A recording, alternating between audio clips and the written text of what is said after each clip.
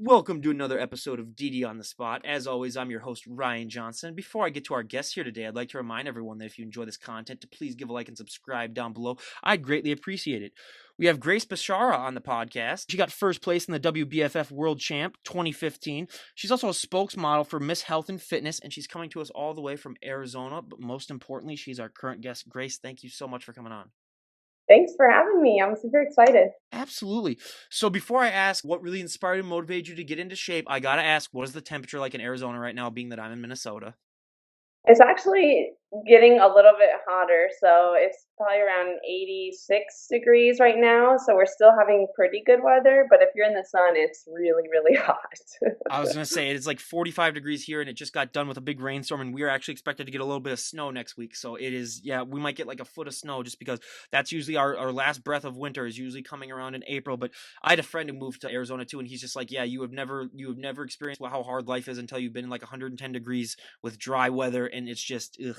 Yeah, that's what I always think about when Arizona. But yeah, it's a beautiful place. I've been there many times, so I highly encourage people to go out there. But going into your journey, so what really inspired and what really motivated you to make this lifestyle change and really adapt that healthy and fit lifestyle? Yeah, so there's a couple of things. My number one was growing up, I was really sick. I was always not feeling well. I was super depressed. I was getting on antidepressants. In high school, I was always had stomach aches. I was really, really skinny, so I could never gain weight, and kind of name called a lot with like chicken legs and stuff like that. And right after high school, I just figured out that this is not a normal feeling to be achy and tired all the time and depressed and my stomach always hurting and something just wasn't right. And so I finally went to the doctor, which I was going to the doctor a few times in high school, but no one could ever figure it out. And finally went to my doctor and said, I need a specialist. Like my stomach is not doing well. They did an endoscopy and biopsied my stomach, and turned out I was highly allergic to gluten. Later to find out, I'm allergic to a lot of other things as well. So those things kind of developed, I think, from having celiac disease and being allergic to gluten growing up. It really destroyed my intestines, so I wasn't absorbing a lot of the nutrients. So my number one is my health, really. So you're one of those people when you actually say like, "Oh, I'm allergic to gluten." You're actually telling the truth then, because we hear all these people all the time. They're Yeah. like, "I'm gluten free because I can't have it." So she is one of those people that like is legit about it. She's not one of those people who's just like, "Oh, I can't have gluten just because it's a lifestyle change." So you really had to make a drastic change. And was that a struggle just going from, like you said, you probably ate, just the normal amounts of food, but now you have to go for stuff that's gluten free. Was that just a big shock to your system, just making that change overnight and realizing that you needed to make that change overnight, basically? Oh my gosh, yeah. I definitely cried when I found out. And my mom was kind of sad for me, like, oh my gosh, what do we do? Like, I never knew how to cook. I like was totally into, mac and cheese and all the bad food.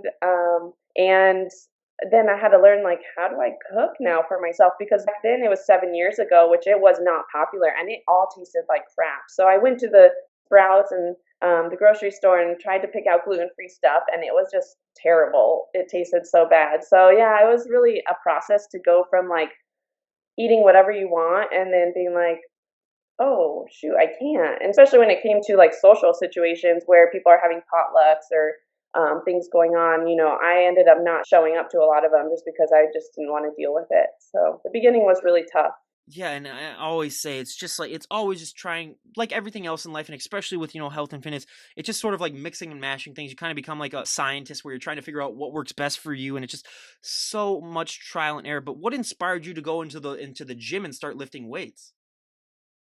Yeah, so I started to change my nutrition, which is number one. And as I started to feel really good, my best friend at the time, I worked with her, and she followed all these fitness models on Instagram. And that was kind of when Instagram was just starting to blow up.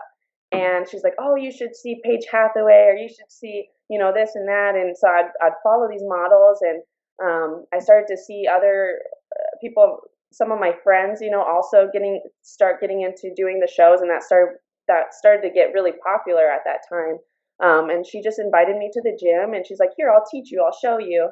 And so, I could barely lift up 5 little pound weights, and I was struggling, and I was 99 pounds at that time. And If you think about, I'm really tall, so I'm about 5'7.5", 5'8" to be 99 pounds. So when I figured out I had celiac disease, I had gained a bunch of weight to about 140 pounds because I couldn't digest the food, and then I stopped eating because it was hurting my stomach so much that I dropped 40 pounds within 2 weeks. So my whole body just needed a whole lot of work. So my best friend really was the one that inspired me to keep going and to teach me little by little, and then also showing me all these Instagram models, which is a reason why I really wanted to be that influence. I didn't want to be one of those models that like show your butt and like, get all this attention for no reason. Like, I don't care about the attention. I just want to help people and motivate people.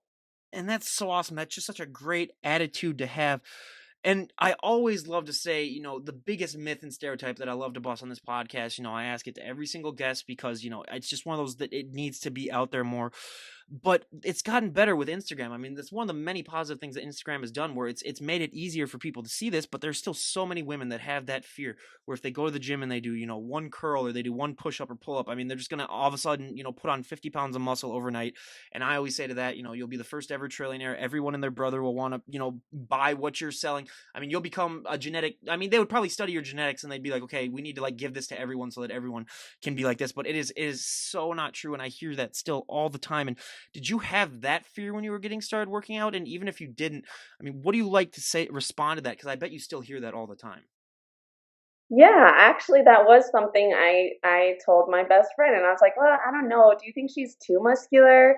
And at that time, like, I didn't have anything, so a little bit of muscle was a lot for me. And so when I started, I mean, I've been doing this for over 5 years now, and I definitely don't look like a man. And I would lift pretty heavy, and I lift 6 days a week. I mean, I go pretty hard, and I still don't look like a man. I just built the curves that I want. So I built a nice butt, some legs, finally, so I'm not chicken legs anymore, some nice shoulders, and just overall form that I would want. So the only way you could get muscle like a man is if you're doing a bunch of steroids. So Yeah, yeah, obviously. I mean, yeah, I like to say that, all the time. It's like you don't realize all of the hard work that, like, especially women have to go through just to be able to get that look that they look like they work out. I mean, for guys, it's a little bit easier, but I always love to tell the story also of when I was going to the gym and, getting bigger and stronger. One of my really good friends, she came up to me and she said, like, Ryan, I see that you're making all these changes and I want to go to the gym too, but I'm just afraid I'm going to get too bulky. And I told her, look, the amount of weight that you carry in your purse when we go out to clubs, when we go out to get something to eat,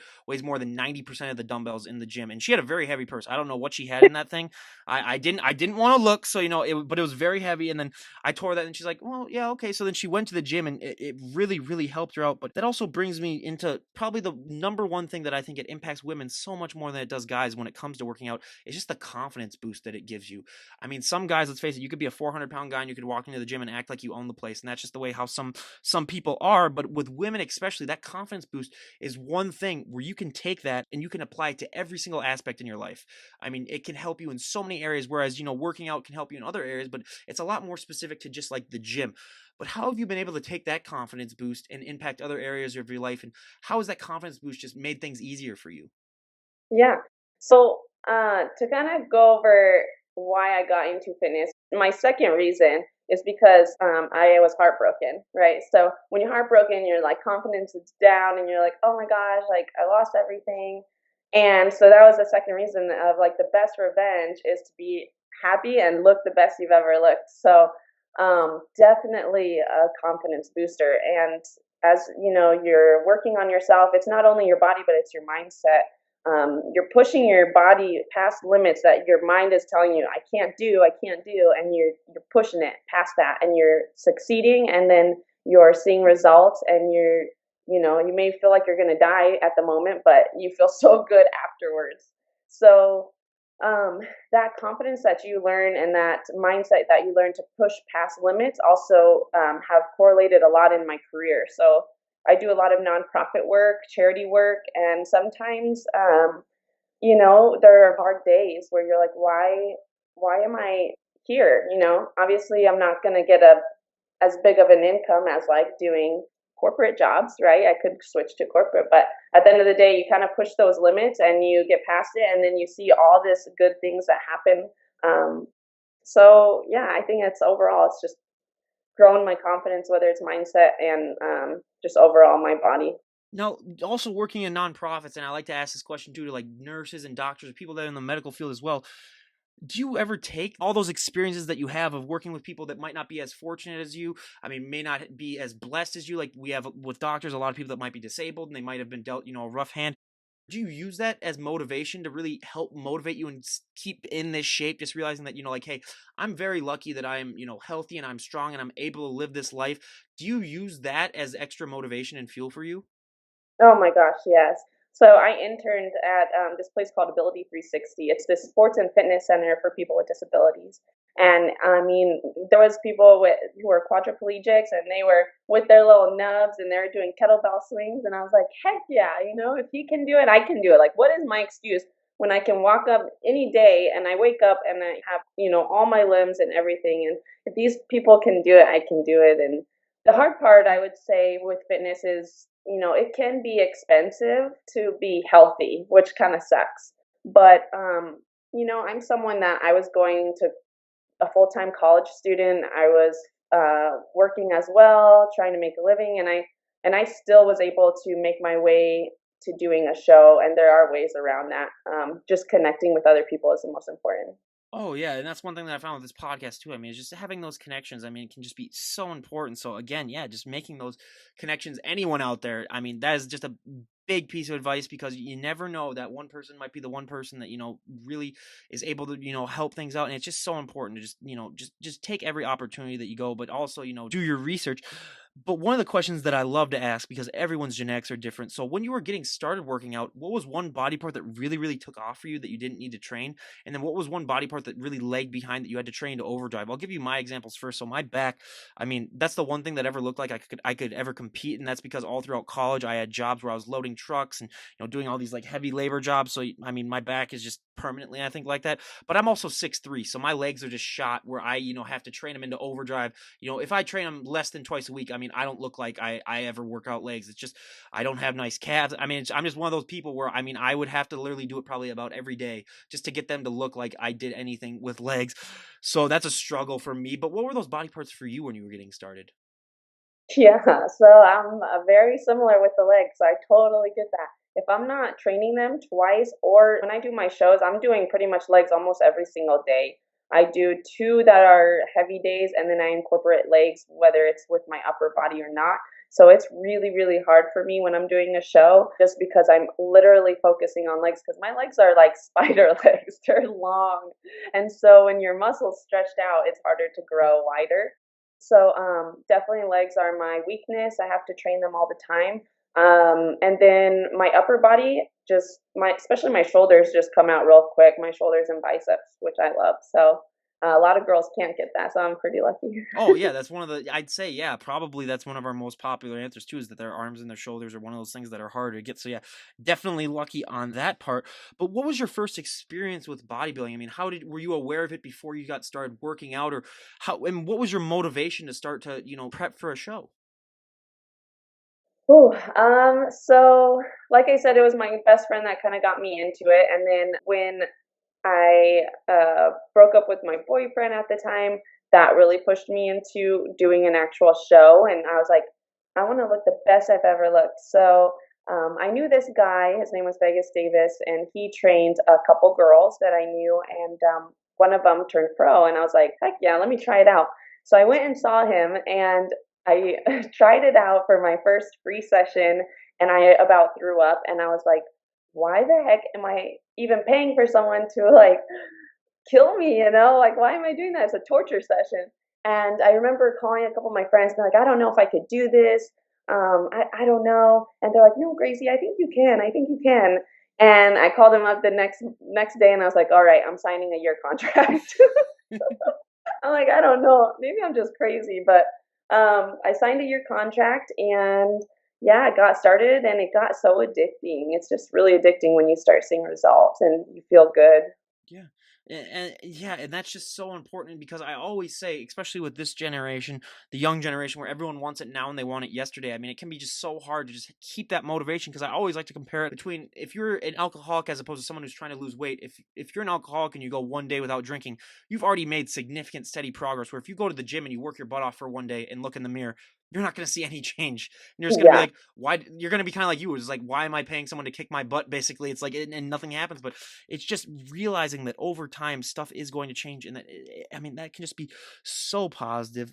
But I also love to ask, because the general public never really, I don't think, understands that just to be able to get into shape, to go on a prep, takes so much hard work and determination and dedication. But going on a prep, that is notching things up to an extreme level where it comes to, I mean, your diet has to be perfect. You can't miss any workouts. I mean, you have to eat the right amount of food at the right amount of times usually. I mean, everything just becomes so scientific and so intense. Was that a struggle for you making that adaptation? And how has that progressed? Has going on prep become easier for you as time has gone on?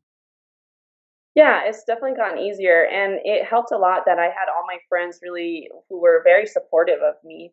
And so at the time, right before I started, I was a promoter in Scottsdale for clubs and music events. So I was definitely that go-to person for a lot of fun and drinking and all that stuff. But it got really tiring and exhausting, and it just wasn't fulfilling for me. And so when I did that, everyone was really shocked because it's like from one thing and you completely cut everything out and you switched. And so for that while, when I was doing my first prep, you have a lot of time by yourself. And I think that's really important.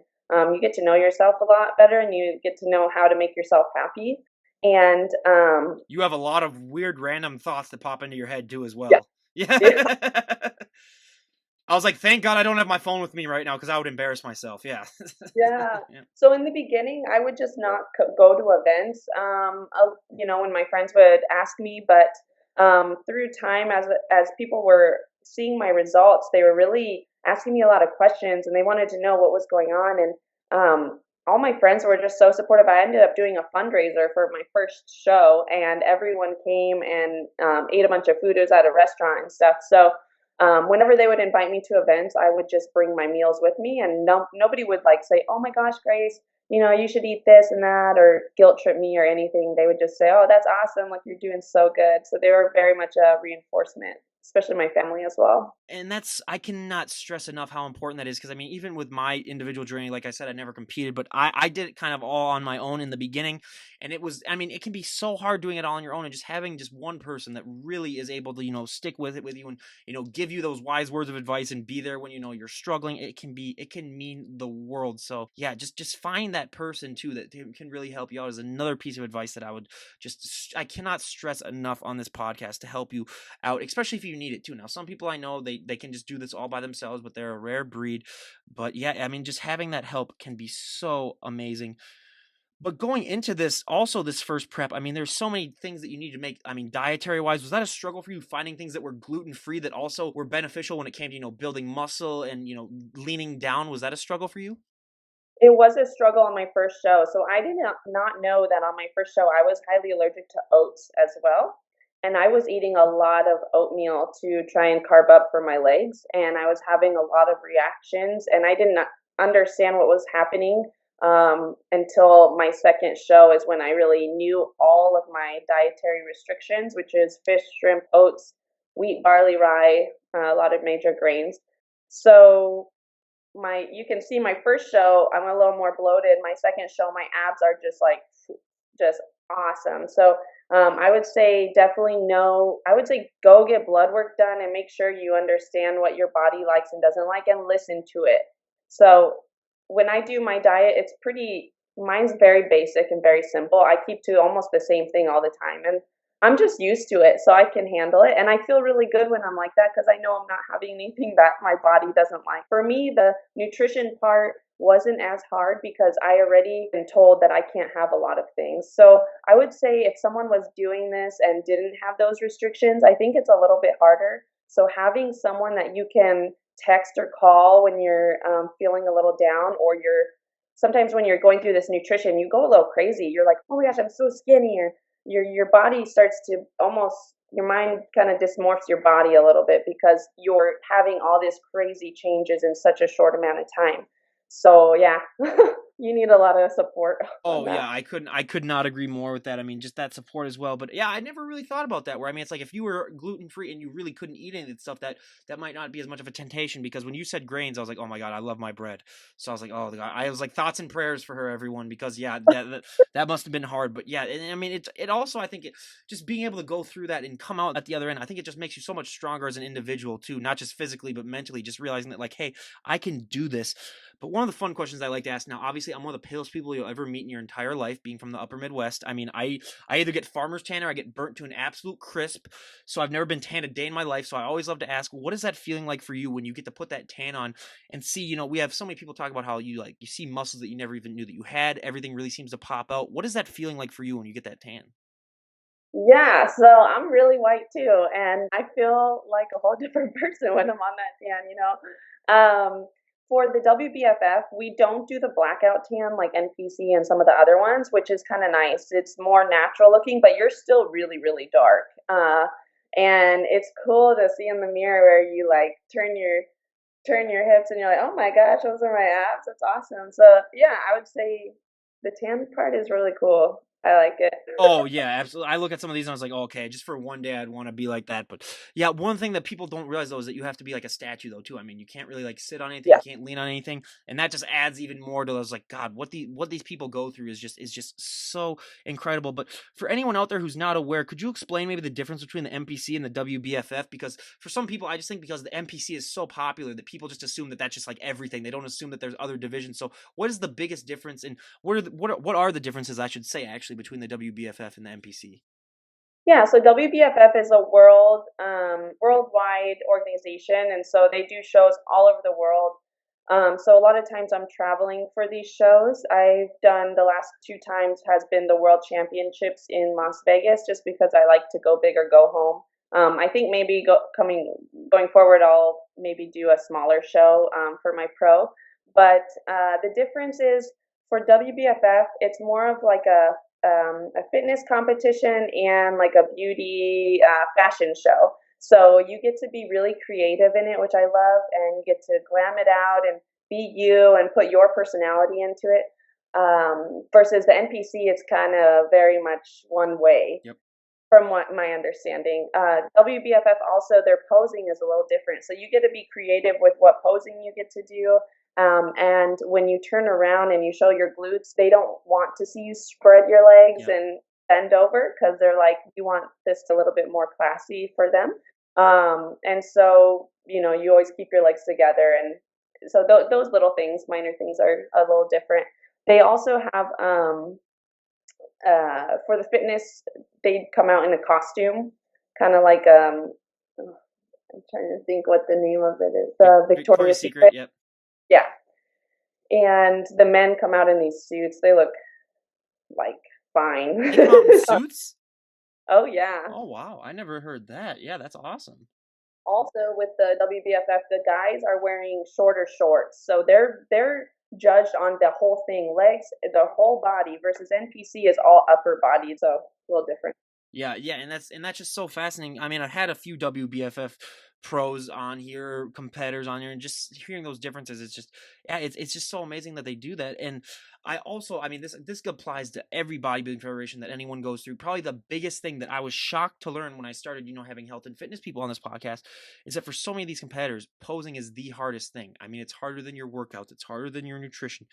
I mean, I would never would have guessed that, but I like to say now, I like to compare it to like being a perfect driver. You can be a great driver, you can never be a perfect driver.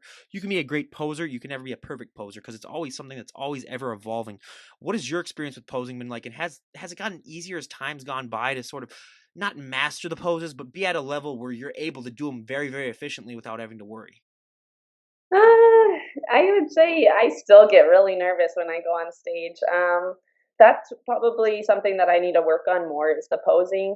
I think I've gotten obviously better in time. I've gotten more confident, but still, every time you walk on stage, you get those jitters and those stomach butterflies. And when you step on stage, you kind of black out a little bit because you're just in the moment. But I would say posing is number one, because someone can look better next to you and they're terrible at posing, and you have that stage presence, you're going to win the show. or you're going to place higher than them, because number one is the stage presence as well as, the overall look. Absolutely. It's all about, making it look effortless too, and not looking like you're gritting your teeth or you're just like, "Oh Exactly. my God, this sucks. Like this sucks so bad." But out of your poses, what is your favorite pose and what is your least favorite pose? I would say I really like the side pose. Um, I would say back pose is really easy, so it might be my favorite.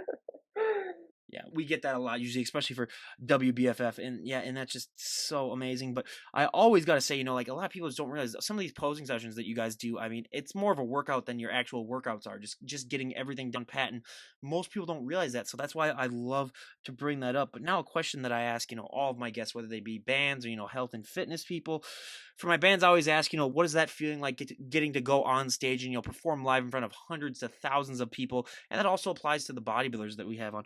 What is that feeling like for you when you get to step on stage and show off all of that hard work that you've worked months upon months for? Oh, it's an amazing, amazing experience. First, to go over your whole, like, the workout is, posing as a workout, it is so true. People don't understand. You have to hold your breath and you have to smile and then flex, and your back is hurting by the end of the day. And that's with photo shoots, it's with video shoots, it's with whatever kind of shoot you're doing or you're on stage. So definitely on point with that. But the experience, especially this last one, was my pro debut, and I was on stage with some of these superstars that I follow, and I've been like, eyeing over. And I said, I look over and I think to myself, like, wow, I'm on your level. Like, this is awesome. So, yeah, it's just a crazy feeling and mindset that, you're not too far off from these people that you think are, so much farther away from you. Now, you got first place in the WBFF World Championships 2015. What was that experience like for you? Yeah, so that was my amateur show, and that's what won my pro card. And that experience was phenomenal because I was going through so much stomach aches that night before. I was supposed to be carving up, right? You deplete and then you carve up the night before. And I actually got so sick that I almost was supposed to go to the hospital. But luckily, I had coaches that were really there for me and giving me everything I needed. So I was like really tortured that whole day. And even on stage, my stomach was really hurting me as well. And when I won, my coaches were just like, "You earned that. You went through hell for that." So, um, of course, I was really sad. I thought I was going to lose that night because I was crying. I called one of my friends and I said, I worked so hard on this 8 months of training to come that morning or that night of, that I got sick. And I'm like, of course this would happen. But to know that I actually won and people couldn't tell on stage like that I was hurting, that was just the best feeling in the world. And plus, when I did that show, I did a fundraiser, so all my friends were really involved with watching my whole process and watching this, and they were all watching online because it was broadcasted on pay-per-view online, and just everyone was screaming and texting me and calling me, and they couldn't believe it. So it was such a cool feeling. That is so awesome. So obviously, you got your pro card in 2015. So did you just take a couple of years off just to sort of, work on building yourself up? What was your process like with that?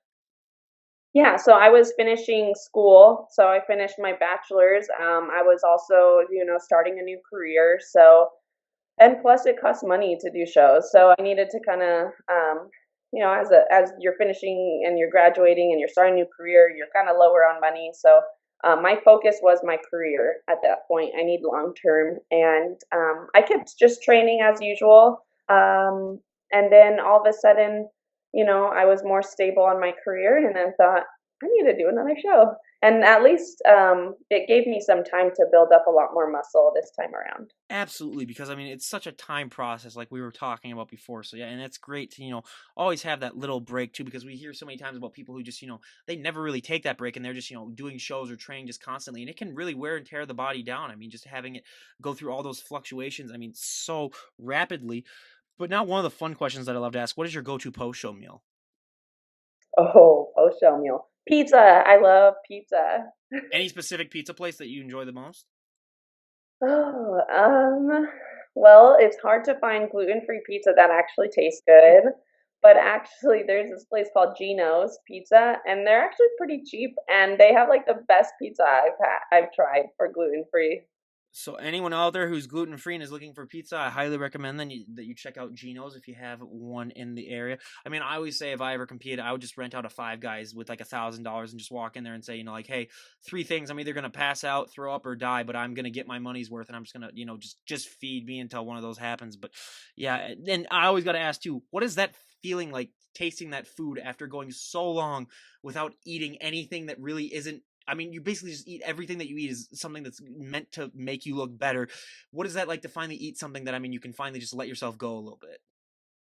Oh, it's so good, but afterwards you definitely feel your body react to it. So you can't really eat as much of it. Well, yeah, and you got to be careful with that because that also leads me into, I mean, my most important question that I ask, every single health and fitness guest that comes on, because it is not talked about, I don't think so much on Instagram, is that a lot of people don't realize that look that you put on stage, that is not a sustainable look.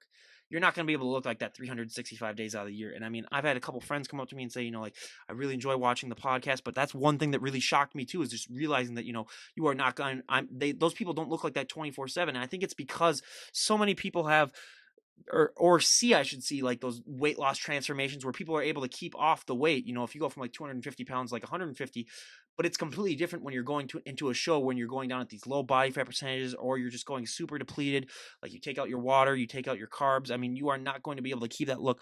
Was that a struggle for you, just realizing and coming to terms with the fact that all this hard work, like you said, you worked 8 months before you got your pro card, just realizing that after all these like 8 months of just working my butt off for just these months upon months to realize that I am going to have to put on weight. Has that been a struggle for you?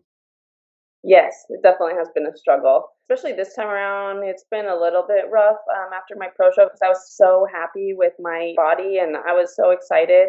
And then, you end up having a social life again and people invite you to go eat and they want to celebrate with you. And then this person has a birthday and, it just keeps rolling on to the next month. And you think, oh, I'll go back on Monday. I'll go back on Monday on my diet. And it doesn't necessarily happen. I was at 6 to 7% body fat for my show, so definitely low, and it's not healthy for women to be that low. Hormonal, it'll change your hormones. Or men too. It's not really healthy for anyone. Yeah. Yeah, really, yeah. So women definitely need to be around 20% body fat to be healthy. I'm around about 19 post show. It's been since August, so been a little over 6 months. So I'm trying to keep at least between like 15% to 18%. So I need to trim it back down and then start building again. But everything comes in a phase. You can't grow unless you're going to bulk, right? You have to eat a lot of food, but not in a way that you're going to gain a lot of fat, but in a way that you're going to build lean muscle. Because if you just eat a bunch of junk food and think, well, if I eat junk food and I lift weights, it's going to do something, it's not. It's all about balance. You don't have to deprive your body when you're leaning out either. So I have, when I do my show, I do flexible dieting. So it's all, protein, fats, and carbs. And I do still have cheat meals. And even for my show, I had dark chocolate, as part of my fats. Super good. So you don't have to do anything crazy to lean out too much. You just have to make sure you're tracking everything consistently. With bulking, I think bulking is kind of harder, to be honest, because you have to eat a lot of food. At least for me, I have to eat a ton of food to gain any weight or any muscle.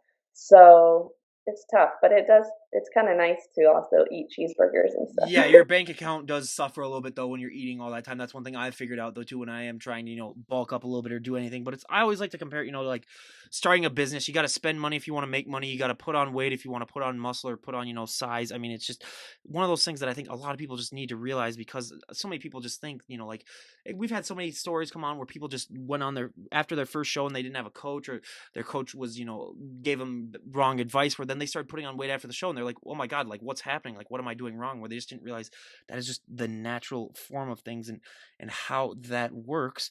But now to the questions that I love to ask, all the health and fitness guests that we have on as well. And for the first one, I mean, there's so many positive things for me when I started, working out and getting in shape. So many good things happened to me, but there was a few negative things. I always like to say, you're going to get asked to move everyone's furniture. You're gonna get asked to open pickle jars constantly or stuff like that all the time. Ryan, can you help me open this? I'm still at home with my parents and I'm moving out in 2 months. So every time they come home with groceries, I basically have to lift the car into the driveway and carrying all the groceries. Has that been a similar experience with you, where people just take one look at you and they know that you compete and that you do bodybuilding, where they just assume that you can do favors for them? Yes, that's so true.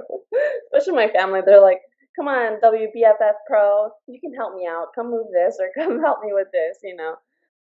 I always say it's a struggle with us taller people, because I could always say, being 6'3", I mean, I could have zero muscle at all and people would still be like, oh yeah, tall guy can get it, tall guy can do it. So yeah, it is a double-edged sword, and it got to the point where, I mean, like, every other weekend last summer, people would just call me and be like, "Oh, hey, you want to come help me move?" And I was like, "Well, I don't want to, but I'll do it." So, it's just one of those things where you realize that they do recognize that you do work out. So, I mean, it's kind of like a backhanded compliment that they like to give, where they ask you to do stuff. So, I just do it with a smile on my face now. But now, my favorite question to ask, and probably my audience favorite, and it's a question that I love hearing the reactions from, because it is a multi-million-dollar idea for anyone out there. But when it comes to clothes for women that are muscular, I mean, I always like to say guys have their own problems when it comes to finding the right amount of clothes when they're really big. It's a little bit easier for them. But what are some ways that you have found that you're able to compensate for the fact? Because, like I always say, like, the minute you said that, like, your shoulders grew really really quickly, I was like, well, dresses aren't your best friend when you have big shoulders. Jeans are another thing, especially if you have like a big lower body and a small waist. Jeans are not built for that. So a lot of our guests that we have on struggle with that. But what have been some ways that you have found that you're able to compensate for the fact that your clothing options can be limited, especially when you're in prep and other aspects of your journey? Yeah, that's kind of funny. So in my closet, I have like three different weight sizes. So I have my competition size, I have my regular, and then I have my bulking. So it's kind of funny because I'm like, well, I can't get rid of any of them because if I do another show, then I'm gonna be back at that size, even though I can't fit it now.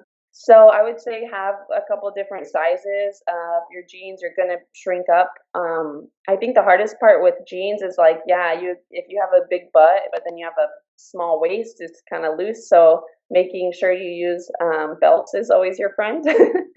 And high waisted everything. Oh, that just compliments everyone, sucks everything in.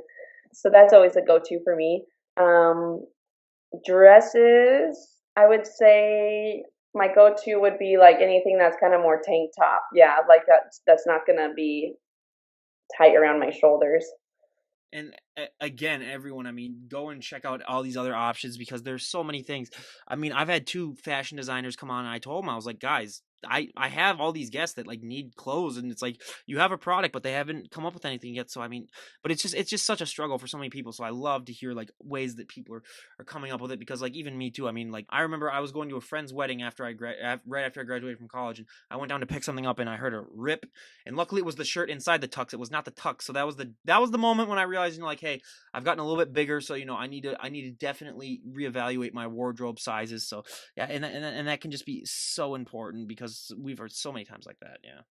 I had a similar story recently. So I had these white high waisted pants that I wore for my show. We had like a white party, and you're dressed in your nines, all white clothes, and I wore that just last month, and all of a sudden I like tried to go zip it up, and the zipper broke, and so I'm like, oh crap, I'm too big for these, and that was in the middle of public. So Ooh, yeah.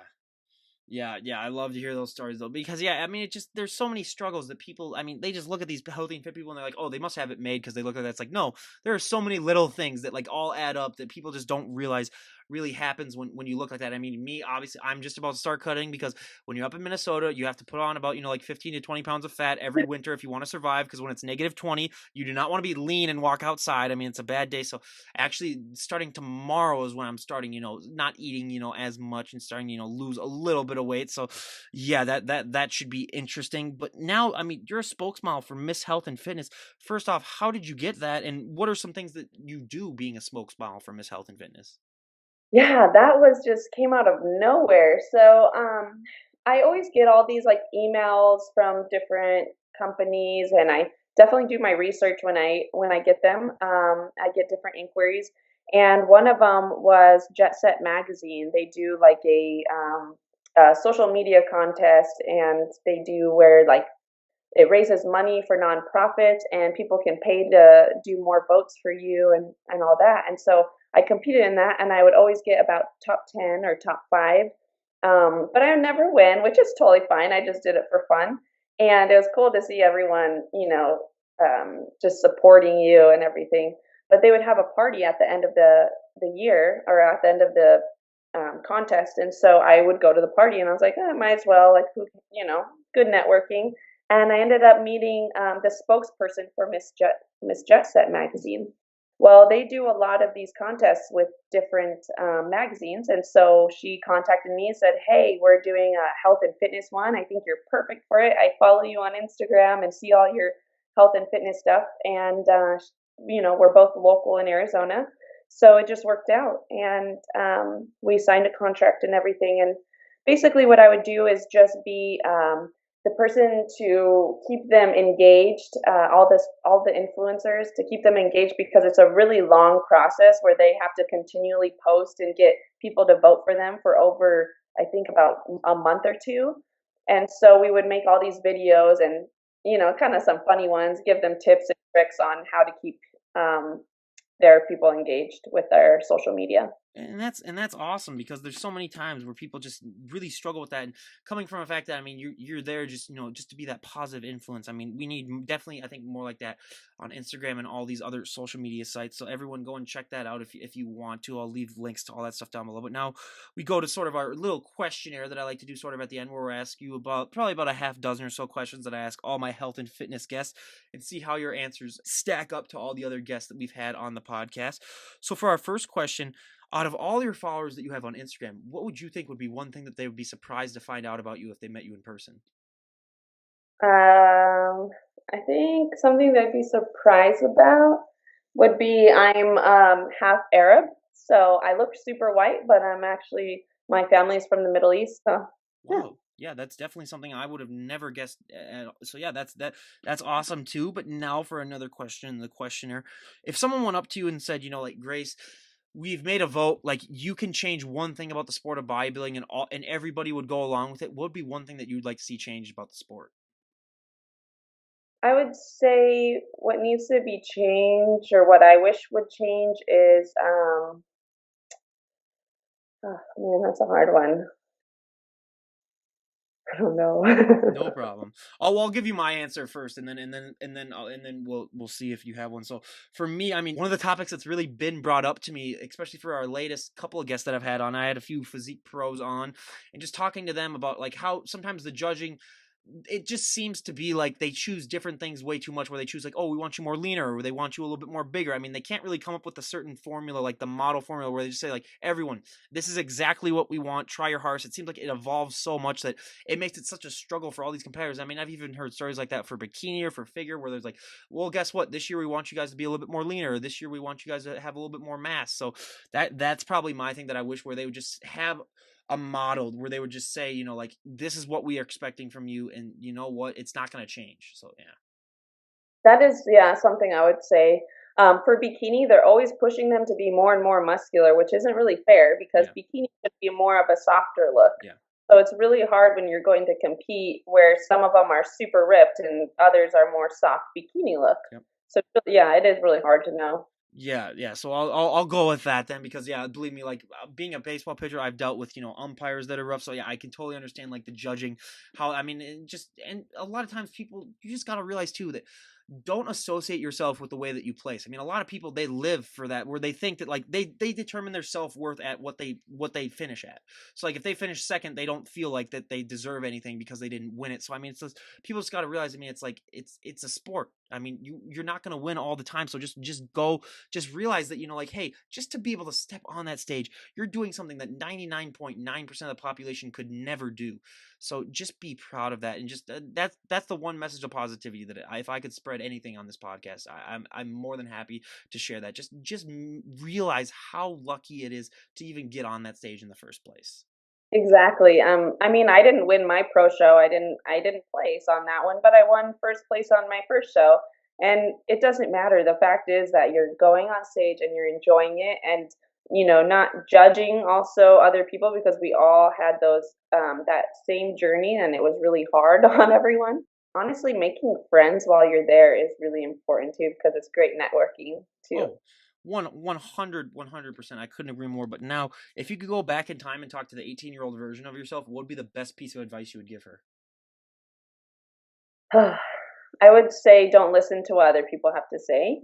And if people will try to limit you and will try to put their fears into you and think that you can't do it, and you just don't listen to them. I couldn't agree more. That's definitely one that I would, love to have gone back and told my younger self that. But now, if we were to talk to you a year from now, where would you like to be at in life? I mean, where would you like to be at in bodybuilding, and where would you like to be at career wise? What are your goals that you would like to see accomplished if we were to talk to you a year from today? Oh man. So currently, I'm doing fundraising at a new foundation, United Food Bank. I think career-wise, I what my what my hopes and dreams are is to be able to raise a lot of money and awareness for for the for people that need it, and incorporating really big events, like especially fitness events, would be really cool to get the fitness people involved and do fundraising events through them. That's just like a dream of mine. But career wise, with my fitness, I'm hoping that my channel that I'm launching with Smashbod really takes off and helps encourage people and give knowledge to people. Because basically, what I'm doing is I'm taking all the knowledge that I've learned through different coaches, through different people that I've met personally, and was lucky to work with, and I'm trying to share that at a much, much more affordable rate. Well, So absolutely, and definitely let us know when that gets launched. I'd be more than happy to give you a shout out and give you a plug. I mean, for everyone else out there, Jenna Holmesy, if anyone else has seen that podcast, I mean, she is also a member of that. So there's a lot of people. I mean, there's a lot of recognition too that you can see from just that community, and yeah, that's awesome. So yeah, like I said, let me know, and I'm more than happy to give you a shout out for it. I mean, I love helping out all the guests that I've had on. So now, is there anyone that you'd like to give a shout out to before we wrap things up? um, I'd like to give a shout out to my trainers, Vegas Davis and Crystal Davis with Pro Body Tech. They really took me to my shows. Um, and my family and friends, like they're awesome. They're my support system. So Yeah, and that's so awesome. And again, go and give Grace a follow here on Instagram. I'll leave a link to all of her stuff down below. And Grace, we cannot thank you enough for coming on. I mean, it was a delight talking to you and just hearing your story. And I mean, it really, I mean, we've had people that have had diseases too, or we've had people that are just fine. But hearing someone overcome celiac disease and have it to be gluten free and still maintaining that lifestyle, I mean, it's just so inspiring. So again, thank you so much for coming on and sharing your story. I always like to get to know people that if you follow them on Instagram and then you realize that hey, they're just a normal person, just like everyone else, except they may have a little bit more dedication than the average person when it comes to their craft. But again, you guys, go and give Grace a follow. I highly, highly recommend it. And this is Ryan Johnson, DD on the spot, signing out. Have a great day, everyone.